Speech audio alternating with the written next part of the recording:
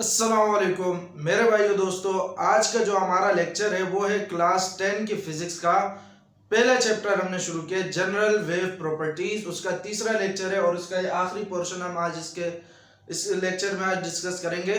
और इस आखिरी पोर्शन का नाम है SHM यानी सिंपल हार्मोनिक मोशन। सही है, हमने वेव की करेक्टर्स देख लिया, हमने वेव की प्रॉपर्टीज देख ली, सही है, सब कुछ देख लिया है, वेव के टाइप्स भी देख लिए। अब सिर्फ हम देखेंगे SHM को, सही है। और अगले लेक्चर में इंशाल्लाह हम इस चैप्टर के एक्सरसाइज के न्यूमेरिकल और MCQs भी सॉल्व करेंगे। तो चलिए शुरू करते हैं इसको। देखो भाई, सिंपल हार्मोनिक मोशन की यहाँ पे मैंने डेफिनेशन लिखी हुई है। इस डेफिनेशन से डायरेक्ट समझ आएगा नहीं, तो पहले आप जरा ये डायग्राम को समझ लो। डायग्राम हमें ये कहती है कि भाई मान लो यहाँ पे मेरे पास एक स्प्रिंग अटैच्ड है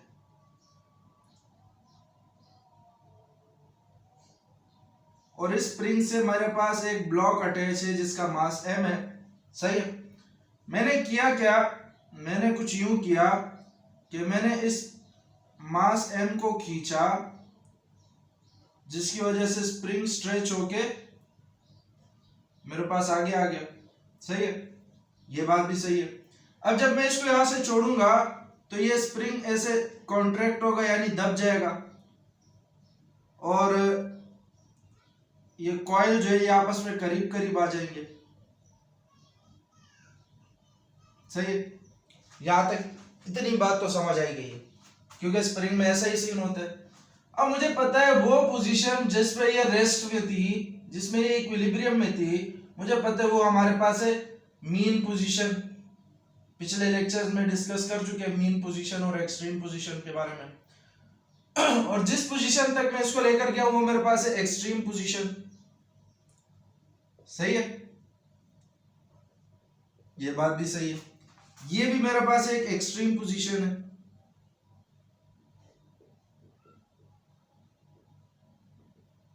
अब जरा आते हैं कि हम बात क्या करना चाह रहे हैं। मैंने जब इस ब्लॉक को खींचा तो इसने कुछ डिस्टेंस कवर किया इस साइड पे, उस डिस्टेंस को मैंने नाम दे दिया x, सही है। अब जब मैं इस ब्लॉक को इस साइड पे खींच रहा हूं, आप अगर किसी स्प्रिंग को खींचोगे, आप उसको जितना जोर से खींचोगे यानी जितना उसका डिस्टेंस बढ़ाओगे तो आपको अपने हाथ में उतना ही जोर महसूस होगा, उतनी फोर्स महसूस होगी। यानी आप इस स्प्रिंग को जितना खींचोगे यानी आप जितना x को बढ़ाओगे, x यानी जो डिस्प्लेसमेंट है, x को आप जितना बढ़ाओगे उतनी ही ज्यादा फोर्स से वो इस तरफ आने की कोशिश करेगा। मतलब मेरा ये है कि आप इसको जितना इस तरफ खींचोगे वो उतनी ही ज्यादा एक्सेलरेशन प्रोड्यूस करेगा इस जानिब आने के लिए। ऐसी बात है कि नहीं है? जैसे आप इसको यहां से छोड़ोगे ये यहां से उस तरफ थोड़ी जाएगा, यहां से इस तरफ आएगा, और इस तरफ आने के लिए इसके पास एक्सेलरेशन होनी चाहिए, वरना अगर इसके पास एक्सेलरेशन नहीं होती तो ये यहीं पे आके रुक जाता। अब जब ये यहाँ पे आ रहा है मतलब इसमें एक्सेलरेशन है, तो जैसे ही मैं डिस्प्लेसमेंट बढ़ा रहा हूं मेरे पास क्या प्रोड्यूस हो रही है, एक्सेलरेशन प्रोड्यूस हो रही है। और मुझे हाथ में महसूस हो रहा है कि भाई जितना मैं इसको खींच रहा हूं यानी जितना मैं x को बढ़ा रहा हूं उतना ही एक्सेलरेशन ज्यादा प्रोड्यूस हो रहा है, क्योंकि मेरे हाथ में उतनी ज्यादा फोर्स महसूस हो रही है मुझे, सही है। क्योंकि जब मैं ब्लॉक को जितना ही पीछे खींचूंगा उतनी तेजी से वो इस तरफ आने की कोशिश करेगा, सही है। एक तो बात ये हो गई कि मतलब जितना आप x को बढ़ाओगे उतना ही ज्यादा एक्सेलरेशन प्रोड्यूस होगा इस ब्लॉक में। दूसरी बात यह है कि भाई अगर जब आप x को बढ़ाओगे और a बढ़ेगा तो ये दोनों हमेशा आपस में ऑपोजिट डायरेक्शन में होंगे, क्योंकि देखो भाई x जब आप इस तरफ बढ़ाओगे तो एक्सेलरेशन अगर उस साइड पे प्रोड्यूस होता तो मतलब ब्लॉक को और आगे चले जाना चाहिए था, लेकिन एक्सेलरेशन इस साइड पे प्रोड्यूस हो रहा है मतलब ब्लॉक इस साइड पे आएगा, सही है। इसी तरीके से फिर यहाँ पे जब ये आता है तो इस तरफ ये x को कवर करता है, सही है। जितनी x कवर करेगा उतना ही उसमें ऑपोजिट डायरेक्शन में क्या प्रोड्यूस होगा, एक्सेलरेशन। एक्सेलरेशन क्या है भाई, वापस जाने की सलाहियत यानी वापस जाने की जो स्पीड है इसकी, वो एक्सेलरेशन के बारे में आप पढ़ ही चुके हो कि भाई rate of change of velocity, सही है। तो बात कुल मिला के क्या है कि भाई जितना आप x बढ़ाओगे उतना आपके पास क्या बढ़ेगा, एक्सेलरेशन बढ़ेगा इस बॉडी में। यानी जितना आप इस बॉडी का x यानी डिस्प्लेसमेंट बढ़ाओगे उतनी आपके पास इस बॉडी में एक्सेलरेशन ज्यादा प्रोड्यूस होगी, लेकिन वो भी ऑपोजिट डायरेक्शन में। तो मैं ये लिख सकता हूं कि भाई a is directly proportional to x, यानी जितना आप एक्सेलरेशन बढ़ाओगे उतना आपके पास क्या बढ़ेगा, एक्स बढ़ेगा डिस्प्लेसमेंट बढ़ेगा, यानी जितना डिस्प्लेसमेंट बढ़ाओगे उतना एक्सेलरेशन बढ़ेगा, लेकिन दोनों के ऑपोजिट डायरेक्शन में, यानी तो एक के साथ माइनस साइन लगाना पड़ेगा। अब ये कंडीशन जो जिस बॉडी की मोशन, अगर कोई बॉडी मोशन कर रही है और उसमें ये कंडीशन सेटिस्फाई हो रही हो कि भाई एक्सेलरेशन डायरेक्टली प्रोपोर्शनल आ रहा है माइनस एक्स के, यानी डिस्प्लेसमेंट के नेगेटिव के डायरेक्टली प्रोपोर्शनल आ रहा है, तो हम कहते हैं कि भाई ऐसी मोशन हमारे पास कहलाती है सिंपल हार्मोनिक मोशन। क्या है भाई? ऐसी मोशन जिसमें आपके पास ये इक्वेशन सेटिस्फाई हो रही हो कि भाई a is directly proportional to minus x where a is acceleration and x is displacement. तो अगर ये इक्वेशन सेटिस्फाई हो रही हो तो हम उस मोशन को कहेंगे ये हमारे पास क्या है? Simple harmonic motion. That's it, इससे ज्यादा इसमें कुछ नहीं है, सिंपल सी ये बात है कि भाई when an object oscillates, oscillate मतलब वाइब्रेशन करना, सही है, it's mean about its mean position, mean position के गिर्द जो है, मीन पोजीशन के अबाउट यानी मीन पोजीशन के एतबार से ये ऑसिलेट कर रहा है। मीन पोजीशन के एतबार से ऑसिलेट का मतलब क्या है कि बार बार मूव करते हुए मीन पोजीशन को टच करता हो जा रहा है, यानी इस तरफ भी जा रहा है तो मीन पोजीशन से होता हुआ जा रहा है, और इस तरफ आ रहा है तो भी मीन पोजीशन से होता हुआ आ रहा है, अब वापस इस तरफ जाएगा तो भी मीन पोजीशन से होता हुआ जाएगा। ये मतलब है कि भाई oscillate about its mean position. तो जो उसकी एक्सेलरेशन होगी वो directly proportional to its displacement from mean position. तो मीन पोजीशन से जो डिस्प्लेसमेंट होगी उसके डायरेक्टली प्रोपोर्शनल होगा उस बॉडी का acceleration, and is always directed towards mean position. और यहाँ पे लिखा हुआ है कि भाई एक्सेलरेशन हमेशा किस तरफ डायरेक्ट हुआ होगा? एक्सेलरेशन हमेशा मीन पोजीशन की तरफ उसकी डायरेक्शन होगी। किसकी? एक्सेलरेशन की। तो एक्सेलरेशन की डायरेक्शन हमेशा किस तरफ होगी? मीन पोजीशन की तरफ, सही है। तो आप देख सकते हो जब डिस्प्लेसमेंट इस तरफ है तो एक्सेलरेशन उस तरफ होगा क्योंकि मीन पोजीशन पीछे आ रहा है, और अगर डिस्प्लेसमेंट इस तरफ है तो एक्सेलरेशन इस तरफ होगा, तभी हमने यहाँ पे एक नेगेटिव साइन लगाया। ये हमारे पास सिंपल हार्मोनिक मोशन है, इससे ज्यादा इसमें कुछ नहीं है, सही है। अब हम इसके जरा दो केसेस पढ़ते हैं कि भाई हमारे पास एक तो सिंपल पेंडुलम का है कि भाई सिंपल पेंडुलम में सिंपल हार्मोनिक मोशन होती है, सही है, और एक वो बॉल एंड बाउल वाला है, वो भी इसके बाद देखेंगे। सिंपल पेंडुलम में हमारे पास होता है क्या है कि भाई एक तो हमारे पास रस्सी होती है जो कि किसी भी चीज से लटकी हुई होती है, अटैच हुई होती है, और उस रस्सी से एक मेटेलिक बॉब यानी गेंद लटकी हुई होती है जिसका मास m होता है, और इस रस्सी की लेंथ जो होती है हमारे पास l होती है। l से हमारा कितनी भी लेंथ हो सकती है, सही है। तो यही हमारे पास सिंपल पेंडुलम। सिंपल पेंडुलम क्या होता है? A simple pendulum consists of a small metallic bob, एक मेटल का गेंद अटैच हुआ होगा of mass m, जिसका मास m होगा, suspended from a light inextensible string, string कहते हैं रस्सी को, जिस ये जो मास है ये रस्सी से अटैच हुआ होगा, और उस रस्सी की लेंथ l होगी, और जो रस्सी है वो अपर एंड पे फिक्स हुई होगी, यानी अपर एंड यानी ये वाला एंड इसका मूव नहीं करेगा बल्कि ये वाला एंड इससे मूव करता जाएगा। अब हम देखेंगे कि भाई सिंपल पेंडुलम जो है वो सिंपल हार्मोनिक मोशन करता है कि नहीं, और अगर तो करता है तो उसमें कौन सी फोर्स रिस्पॉन्सिबल है इसके सिंपल हार्मोनिक मोशन के लिए, SHM के लिए, सही है। ये मेरे पास एक सिंपल पेंडुलम है, ये मेरे पास इस रस्सी की लेंथ है L और ये मास M, मैंने इसको खींच के इस तरफ ले आया, मैंने इसको क्या किया? खींच के इस तरफ ले आया मास को। तो ये जब मैं इसको यहां से छोड़ूंगा तो ये वापस इस तरफ भी आएगी, सही है। मतलब जब मैं डिस्प्लेसमेंट इस तरफ कर रहा हूं, यानी जब मेरा डिस्प्लेसमेंट इस तरफ है x, तो बॉडी इस तरफ आने की कोशिश कर रही है, क्योंकि जब मैं इसको यहां तक लाता हूं तो बॉडी कहां वापस आने की कोशिश करती है? यहां। तो मतलब एक्सेलरेशन इसका इस तरफ है, और जब इसको यहां लेकर गए हम, यानी x की डायरेक्शन इस तरफ कर दी, तो अब ये बॉडी इस तरफ आने की कोशिश कर रही है, तो ये मतलब एक्सेलरेशन इस जानिब हो गई इसकी। तो मतलब आप देख सकते हो कि जितना एक्सेलरेशन प्रोड्यूस हो रहा है उतनी डिस्प्लेसमेंट कवर हो रही है, और दोनों आपस में क्या? ऑपोजिट डायरेक्शन में। तो इसका मतलब यह है कि ये SHM तो है, इसकी मोशन के SHM है, यानी A directly proportional minus x वाली कंडीशन सेटिस्फाई कर रही है। अब जरा हम इसमें थोड़ी सी और स्टडी करेंगे, वो स्टडी ये है कि भाई इस रस्सी में हमारे पास एक फोर्स होती है जो कि आपने 9th क्लास में पढ़ी होगी, जिसका नाम होता है tension, tension in a string, सही है। और दूसरी फोर्स इस मास पे लग रही होगी टुवर्ड्स जमीन की तरफ, सही है, जिसका नाम है W यानी वेट, वेट के जो कि इसको जमीन की तरफ खींचती है किसी भी बॉडी को, जो किसी भी बॉडी को एक फोर्स होती है जो कि उसको जमीन की तरफ खींचती है, उस फोर्स का नाम होता है डब्ल्यू। सही है, जो कि डब्ल्यू हमारे पास बराबर होता है mg के। ये भी आपने 9 क्लास में पढ़ा है। सही। अब इस डब्ल्यू का अगर मैं दो कंपोनेंट्स बनाऊं, एक अल्लाह आपका भला करे, इस तरह से दो कंपोनेंट्स अगर मैं बनाऊं, ये कंपोनेंट्स बनाना भी आपने 9 क्लास में सीखा होगा कि भाई एक y एक्सिस में इसका कंपोनेंट डब्ल्यू वाई और एक x एक्सिस में इसका कंपोनेंट डब्ल्यू एक्स। सही है, ये हर फोर्स के दो कंपोनेंट्स होते हैं, ये आप लोगों ने पढ़ा होगा ना, क्योंकि फोर्स एक वेक्टर क्वांटिटी है और वेक्टर जिस तरीके से अगर आपने पढ़ा हो कि भाई ये मेरे पास वेक्टर ए है तो इसके हम दो कंपोनेंट्स बनाते हैं, एक x एक्सिस में और एक y एक्सिस में। सही है, फिर ये x एक्सिस वाले को और y एक्सिस वाले को इस तरफ ले आते हैं तो हमारे पास ट्रायंगल कंप्लीट हो जाता है। ये हमारे पास ए वाई कहलाता है और ये हमारे पास ये एक्स कहलाता है। सही है, इसी तरीके से यहाँ पे भी मैंने किया कि ये W है मेरे पास, W का मैंने एक y कंपोनेंट बनाया और एक ये x कंपोनेंट बनाया। सही है, अब मुझे पता है वेक्टर में जहां पे टेल से टेल अटैच हो रहा होता है वो हमारे पास थीटा होता है। एंगल कहां बन रहा होता है, जहां पे टेल से टेल अटैच हो रही होती है वहां पे हमारे पास एंगल बन रहा होता है। अब अगर मैं आप लोगों को दिखाऊं तो इसको अलग से बना के अगर हम देखना चाहें,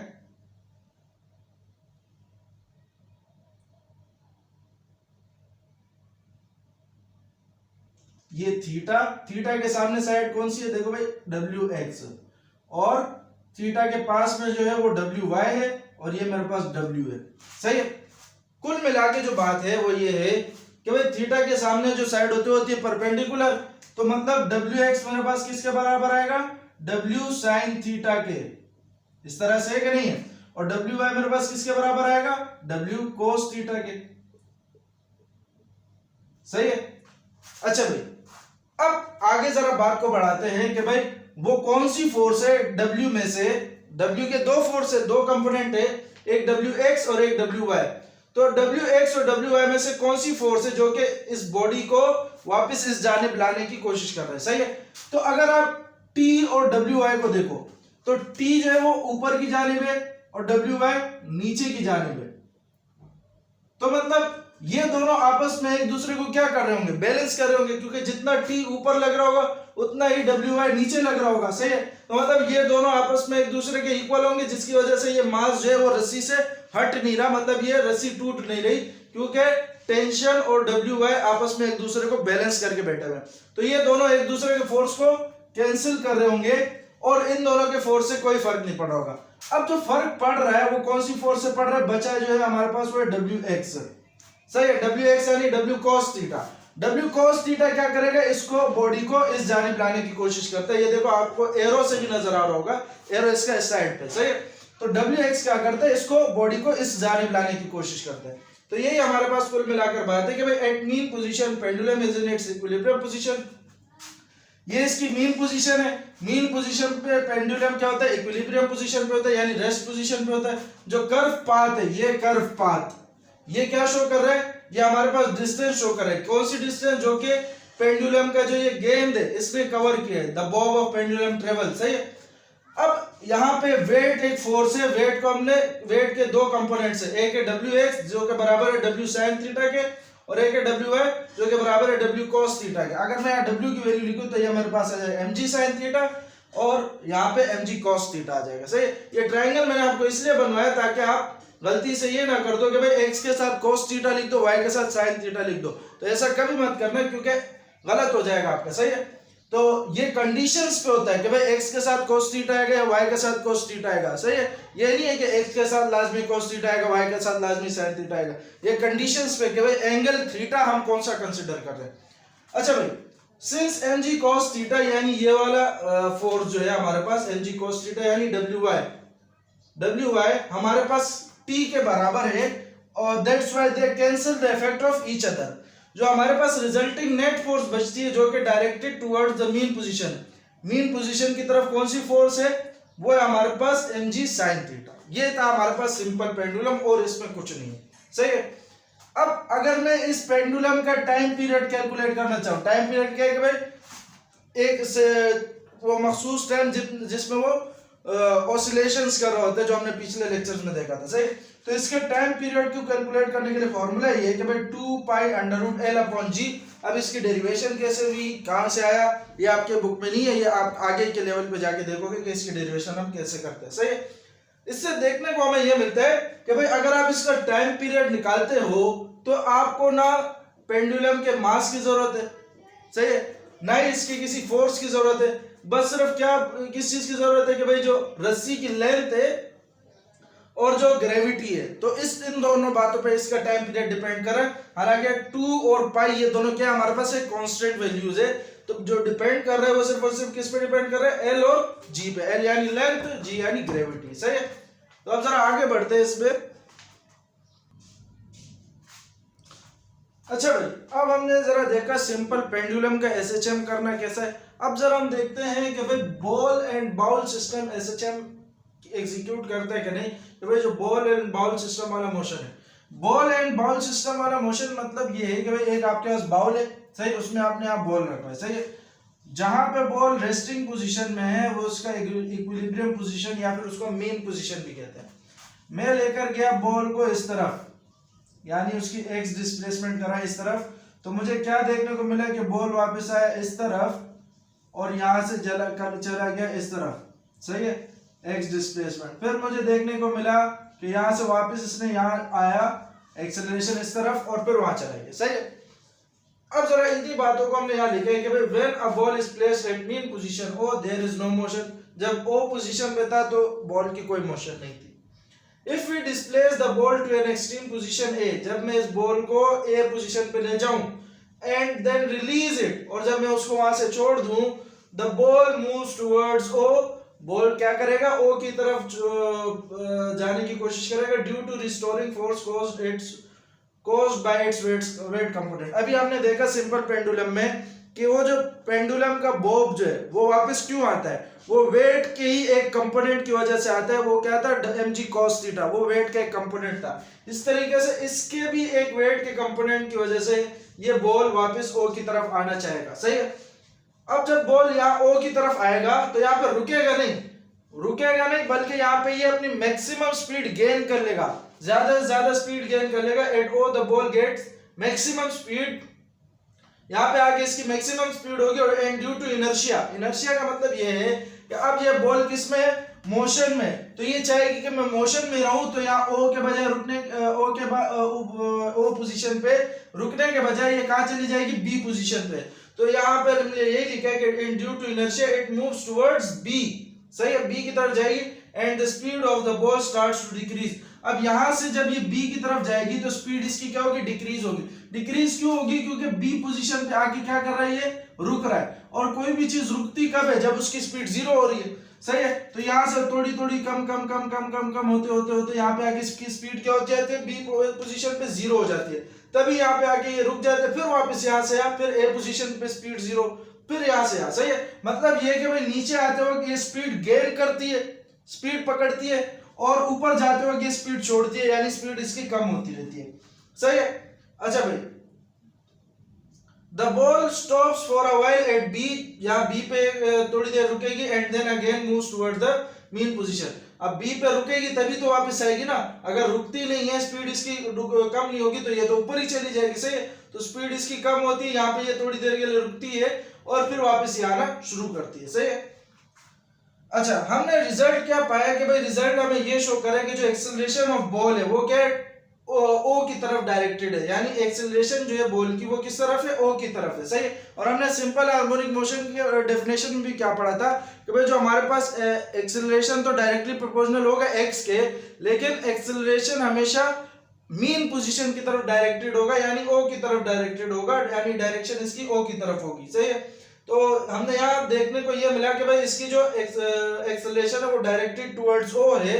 इसी वजह से hence motion of a ball placed in a bowl executes SHM, यानी जो मोशन है बॉल की जो कि एक बाउल में रखे गए, वो कौन सी मोशन कर रहा है, एसएचएम, यानी सिंपल हार्मोनिक मोशन कर रहा है। ये हमारे पास बॉल एंड बाउल वाला सिस्टम, और एक हमने सिंपल पेंडुलम वाला सिस्टम पढ़ा। दोनों ही बहुत आसान है, इसमें ज्यादा कुछ मुश्किल है नहीं। अब जरा आते हैं हम अपने आखिरी डेफिनेशन डैम्प्ड ऑसिलेशन पे। डैम्प्ड ऑसिलेशन, देखो भाई अगर ये भी एक ऑसिलेशन ही कर रही है ना, इस तरीके से ऊपर जा रही है नीचे आ रही है, ये ऑसिलेशन कर रही है। अब कभी ना कभी तो ये बॉल इस बाउल में रुकेगी, अगर नहीं रुकेगी तो क्या होगा, मतलब ऐसी मोशन करती जाएगी, रुकेगी नहीं। और जो रुकेगी तो वो इस वजह से रुकेगी क्योंकि इसके ऊपर कुछ फोर्सेस लग रही होंगी, कुछ बाउल के फ्रिक्शन का फोर्स होगा, सही है, बाउल और बॉल के दरमियान का फ्रिक्शन का फोर्स होगा जो कि इसको रोकने की कोशिश करेगा, कुछ एयर रेजिस्टेंट का फोर्स होगा यानी हवा का फोर्स होगा जो इसको रोकने की कोशिश करेगा, सही है। इसी वजह से ये बॉल आखिर एक टाइम पे आके यहाँ रुक जाएगी, सही है। जैसे मैंने आपको सिंपल पेंडुलम का बताया, अब ये जिंदगी भर तो ऐसे टिंग टिंग टिंग टिंग नहीं करेगी ना, एक टाइम पे आके वापस यहाँ रुकेगी। तो जब रुकेगी वो क्यों रुकेगी, क्योंकि कुछ हवा का फोर्स इस पे लग रहा होगा, एयर रेजिस्टेंट, सही है, हवा इसको रोकने की कोशिश करेगी, सही है। तो ऐसे ही ऑसिलेशन क्या है कि भाई वाइब्रेशन, मीन पोजीशन से एक्सट्रीम पोजीशन पे जाना, फिर वापस मीन पोजीशन पे आना, फिर एक्सट्रीम पोजीशन पे जाना, फिर मीन पोजीशन पे जाना, ये वाइब्रेशन, और इसी को हम ऑसिलेशन भी कहते हैं। तो वो ऑसिलेशन का सिस्टम जिसमें कुछ रेजिस्टिव फोर्स मौजूद हो, रेजिस्टिव फोर्स फ्रिक्शन भी हो सकती है, एयर रेजिस्टेंस भी हो सकती है, सही, ऐसे सिस्टम को हम कहते हैं डैम्प्ड ऑसिलेशन। ऐसे सिस्टम की ऑसिलेशन यानी ऐसे सिस्टम के वाइब्रेशंस को हम कहते हैं, इसमें हमारे पास क्या है, डैम्प्ड ऑसिलेशन। और रियल लाइफ में डैम्प्ड ऑसिलेशन ही होती है, यानी मतलब ऑसिलेशन होते होते एक बार एक टाइम पे रुक जाता है, ऐसे नहीं है कि जिंदगी भर चलता रहता है, सही है। अब हमारे पास दो एग्जांपल्स हैं, ये टाइम पीरियड के न्यूमेरिकल के हवाले से, इनको जरा सॉल्व करते हैं। पहला वाला न्यूमेरिकल,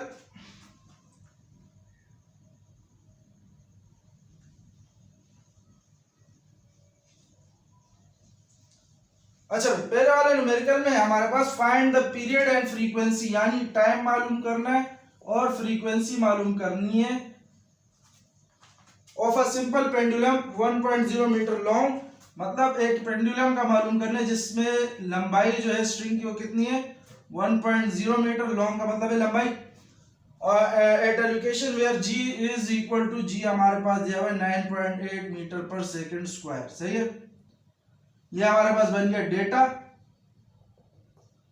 फॉर्मूला आपको पता है, सॉल्यूशन लिखो, सॉल्यूशन लिखने के बाद आप इसका फॉर्मूला लिखो, t equal to 2 pi under root l upon g, सही है। t इक्वल टू 2 पाई की वैल्यू होती है 3.14, सही है,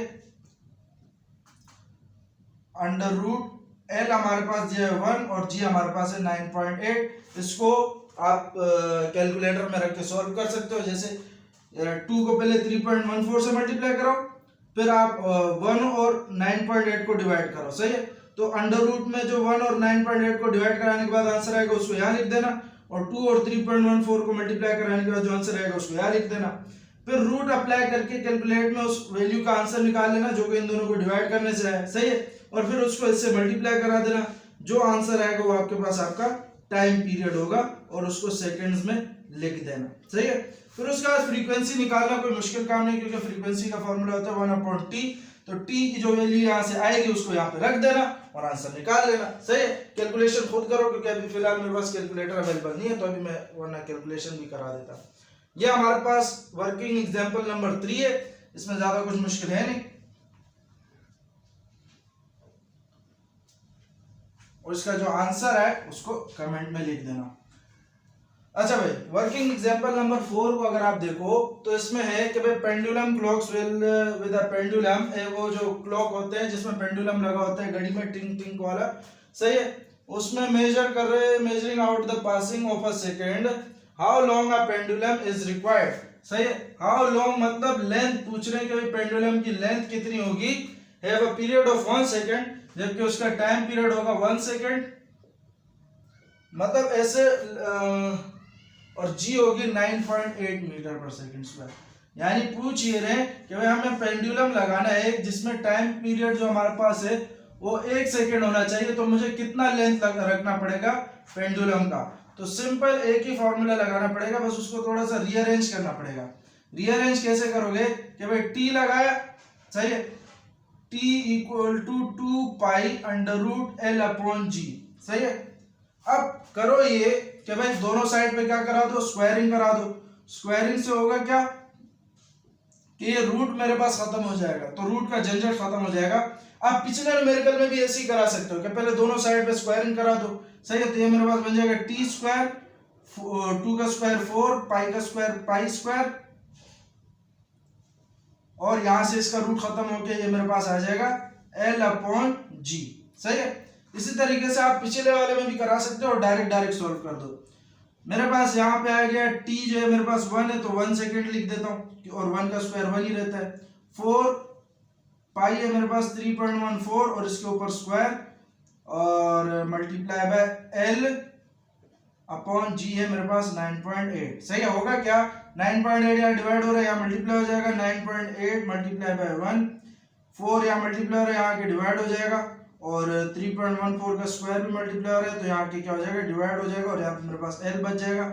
इसको कैलकुलेट करने के बाद जो आंसर आएगा उसको L के आगे लिख देना और साथ में मीटर लिख देना, तो ये मेरे पास इसका आंसर होगा, सही है। इसका आंसर भी कमेंट बॉक्स में लिख देना। आज के लिए हमारा लेक्चर इतना ही, यहाँ पे हमारा चैप्टर खत्म होता है, और इसके आगे हम न्यूमेरिकल और एमसीक्यूज करेंगे इंशाल्लाह नेक्स्ट लेक्चर में। इसकी प्रैक्टिस करें, इसके नोट्स बनाएं। तब तक के लिए अपना ख्याल रखें। अल्लाह हाफिज़।